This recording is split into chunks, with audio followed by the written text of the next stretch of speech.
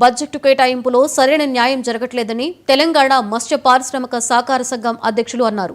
గత ప్రభుత్వం అన్ని విధాలా ఆలోచించి సరైన బడ్జెట్ కేటాయించిందని తమ కుటుంబాలను ఆదుకొని గుర్తు చేశారు. కానీ కాంగ్రెస్ ప్రభుత్వం తమపై పూర్తిగా నిర్లక్ష్యం వహించి తక్కువ బడ్జెట్ కేటాయించడం చాలా బాధాకరమని అన్నారు. ఇప్పటికైనా తమ కుటుంబాలను దృష్టిలో ఉంచుకుని ముందుకు వెళ్లాలని సీఎం మంత్రులను కోరారు. మత్స్యకారుల కోసం 2 వీలర్ వెహికల్స్ ఇచ్చారు. బడ్జెట్ కు తోడ్పడలేదు. అదే విధంగా గతంలో ఎవరైతే సహాయం చేయలేదు, అదే విధంగా నూతనంగా అనేక సంక్షేమ పథకాలు తీసుకురావాల్సిన బాధ్యత చైర్మన్ పైన ఉన్నది. మనం గతంలో చూసాం. మత్స్యకారుల కోసం 2 వీలర్ వెహికల్స్ ఇచ్చారు. బడ్జెట్ కు తోడ్పడలేదు. అదే విధంగా గతంలో ఎవరైతే సహాయం చేయలేదు, అదే విధంగా నూతనంగా అనేక సంక్షేమ పథకాలు తీసుకురావాల్సిన బాధ్యత చైర్మన్ పైన ఉన్నది. మనం గతంలో చూసాం.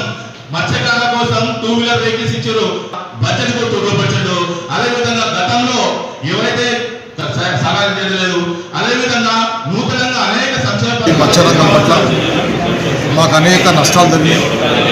మరి దాన్ని దృష్ట్యా గత ప్రభుత్వం 10 సంవత్సరాల కింద వచ్చినటువంటి తెలంగాణ ప్రత్యేక రాష్ట్రం సిద్ధించిన తర్వాత వచ్చినటువంటి ప్రభుత్వం మత్స్యరంగం పట్ల అనేక ఆలోచనలు చేసి మా జీవన స్థితిగతులపై అనేక రకాలుగా ఆలోచించి మా యొక్క ఈ రాష్ట్రంలో ఉన్నటువంటి 6,500 సహకార సంఘాల లోపల ఉన్నటువంటి ముదిరాజులు కానీ, గంగపుత్రులు కానీ, బెస్త కానీ, గూళ్ళ కానీ, ముత్తరాశి కానీ ఇలా పిలువబడే అటువంటి మత్స్య కార్మికులందరూ దాదాపు 46 లక్షల చిల్లర ఈ యొక్క మత్స్య కార్మికులు కలిగి ఉన్నటువంటి పెద్ద కోఆపరేటివ్ వ్యవస్థ.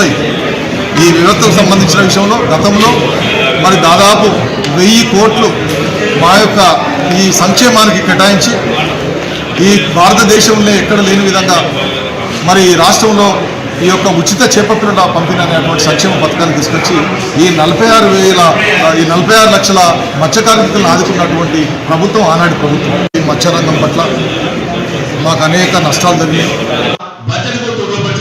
అదే విధంగా గతంలో ఎవరైతే సహాయం చేయలేదు, అదే విధంగా నూతనంగా అనేక సంక్షేమ పథకాలు తీసుకురావాల్సిన బాధ్యత చైర్మన్ పైన ఉన్నది.